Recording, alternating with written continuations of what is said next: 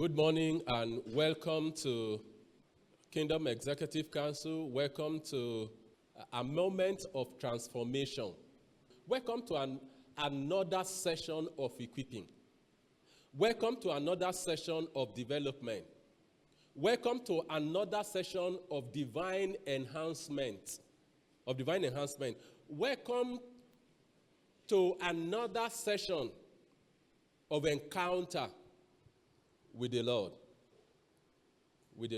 Welcome to the moment of new layers of blocks being laid upon your life as the Lord continues to build you, as the Lord continues to enhance you, as the Lord continues to equip you, as the Lord continues to bring you to a place of authority and of power.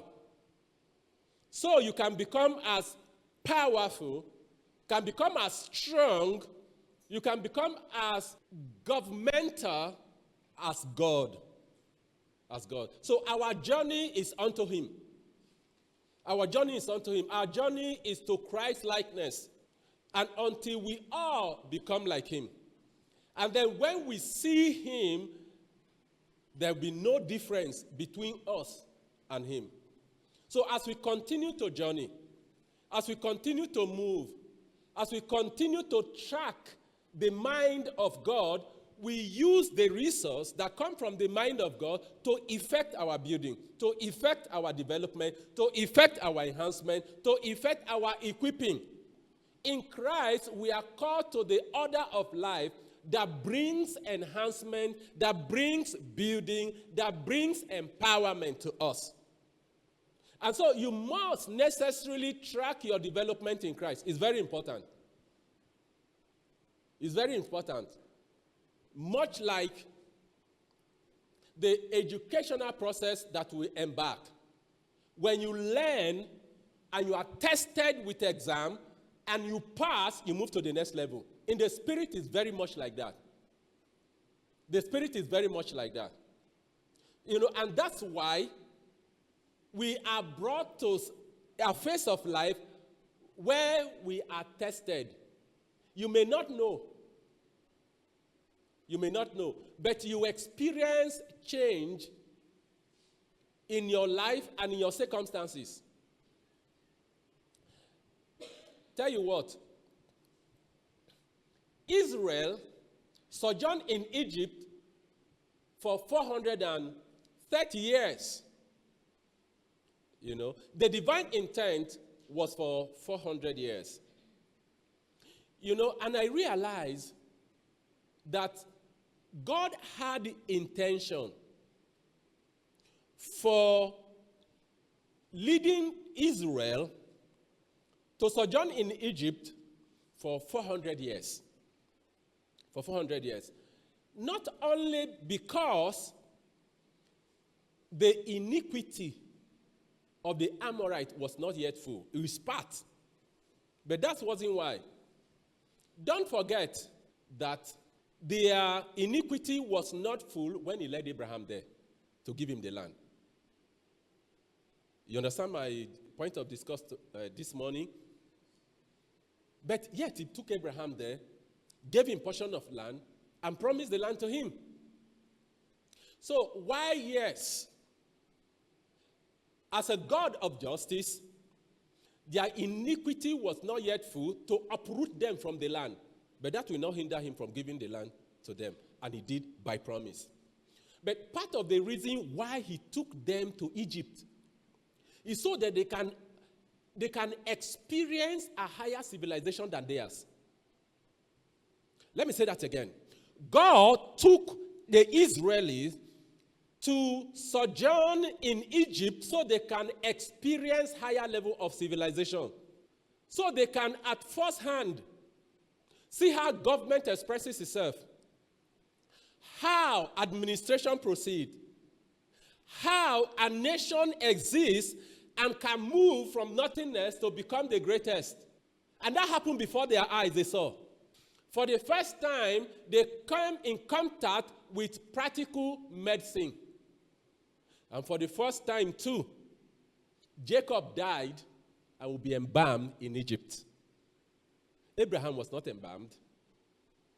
They have not seen that level of medicine and practices before. And for the first time, part of them will now begin to partake in royalty like Joseph and government. And they'll begin to understand the structure of the delivery of economy. And the primary decision maker for the government of the day was Joseph himself. So he took them to Babylon to build and to equip. By the time they saw all of these things in practice, and he brought them out, he could now talk to them about kingship in the future, and they will now understand. Are we together this morning? And in Deuteronomy, he's talking to them. When you now go to the land that I am giving to you in the wilderness, and you will make king among you. And they began to bring the requirements and the criteria for king making. He never spoke about kings. He never gave them the requirement before. But now he could talk about kingship and he can understand. Because one of them was king in the land before, in Egypt. And the guy ruled the land and has authority, and everything they wanted, they will now have. And so that's God. So whenever you think about godliness, think about enhancement and empowerment.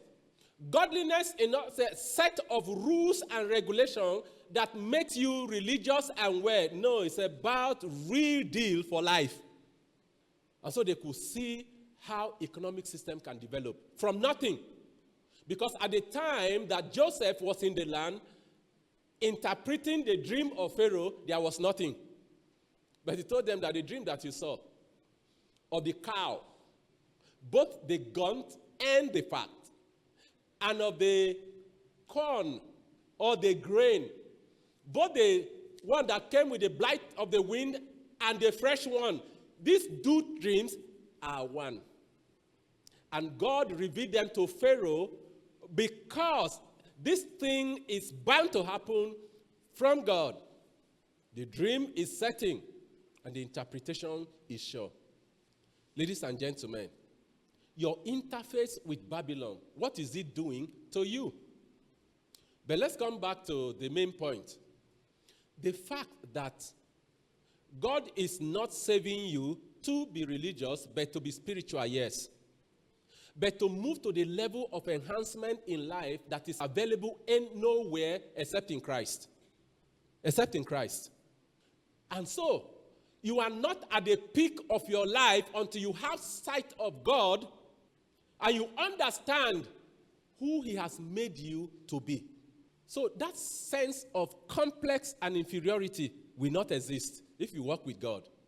And if we flip the coin again to their devastation in Babylon, when they sinned and God uprooted them and trashed, He still raised some of them to serve in the villa, Daniel and the like, so they can understand what governmental power is all about. But I took this discourse thus far to come to make the point that I'm about to make. So, 400 years passed, and there was no discerning prophet in the land that could activate their movement. So they stayed over for 30 years more. And a Pharaoh that knew no Joseph, that went to school, but the school did not go through them. He did not learn his history properly. And but because of the time too, turn against. Because to become a Pharaoh and you never knew Joseph, what subject were you taught in government? Because I'm a government student, but there's history in government.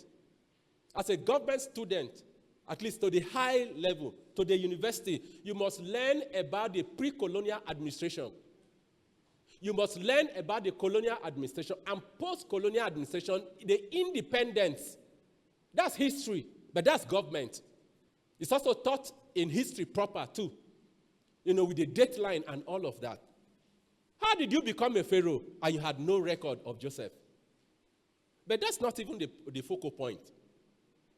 The focal point is they eventually came out. But when God arrived to deliver them, He sent plagues to confront this imperialist system this empire to let the people go. Okay? And at every point that the plague arrived, God absolved Israel in Goshen from the plague. You know the story. So all the judgment and the hardship that the land went through, and while they were there, God absolved them from all of it. Because the catastrophe was not meant for them. It was actually orchestrated in order to cripple the system to let them go. But in that moment, there were always divine instruction for them to obey. As long as they continued like that, God absolved them from the crisis. But here is what, they came out eventually. And they were in the wilderness. In Exodus, I think 23 or 25, when God arrived. And God told them, now I'm going to test you. If you do not rebel against me, then I will not inflict you with the diseases that I inflicted on the Egyptians, which you knew, you were there when I did it. For I am the Lord.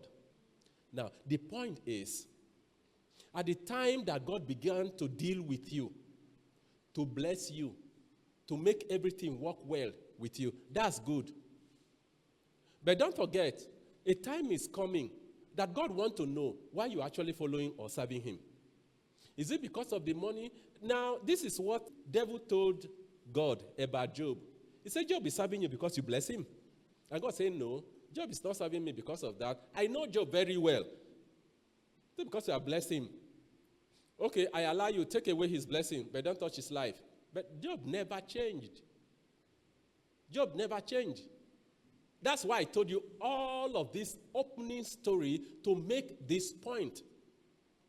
As we continue to journey with God, season in, season out, there will be time of challenges and testing that God wants to prove the solidity of our faith and to make sure there is nothing in our life that is idle that takes the place of God.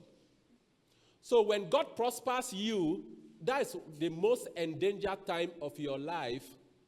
In case you begin to rest in your hours, because at that point, I discovered that believers are more committed when they are in crisis, when they have nothing. They will pray. They will be first in church.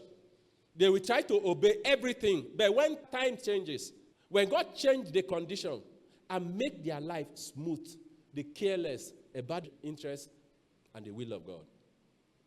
And that's the way the life lied to us. One of the most dangerous situations to be in Christ is the time of comfort. So I need you to understand this very well. If you have to mature, you have to grow. One of the major requirements for consistency and for continuous progression is consistency and commitment. And commitment. So when things becomes better, you are serving God as if nothing has happened. Does that make sense? As if nothing has happened. If you were a floor cleaner, that's when you want to clean floor more because of God, Like I always say, whatever constitutes your obedience before blessing came, that's the things you require to do more when God begins to show up. In terms of blessing, in terms of elevation, in terms of changing the circumstances of your life. Don't be deceived into building status for yourself when God blesses you. Because the first phase we also pass. They had abundance in Egypt. Everything was free until Joseph died and a Pharaoh came that did not know Joseph. I tell you what, Israel never imagined they could ever be in an austerity situation like they were. They never thought so. So when they were beaten up, they cried for how hard their bondage was. And here is what, they also forgot God. But God did not forget them. If they had remembered God, they would have come out 400 years. You remember when they went to Babylon, this person kept the record. Daniel, when 70 years was, he said, no, this is the time. It's time for exit. We don't have record of extra time in Babylon, but we had that concerning Egypt. Because they were not remembering God. It was so good. They were the headsmen of Pharaoh. They will interface, they can have access. Everything was going. And they did not remember to keep the charge of the Lord. Your life was ordained by God to be consistent. Listen, God is not devil. I say that all the time. God is not devil. But because he knows that man is subject to the vagaries of the earth, he creates circumstances to prune him. He creates circumstances to chasten him so that he will not become like the man of the earth. Are we together this morning? This is the meat or the bone of our faith. God's intention for us is consistency in our order of life till we finish.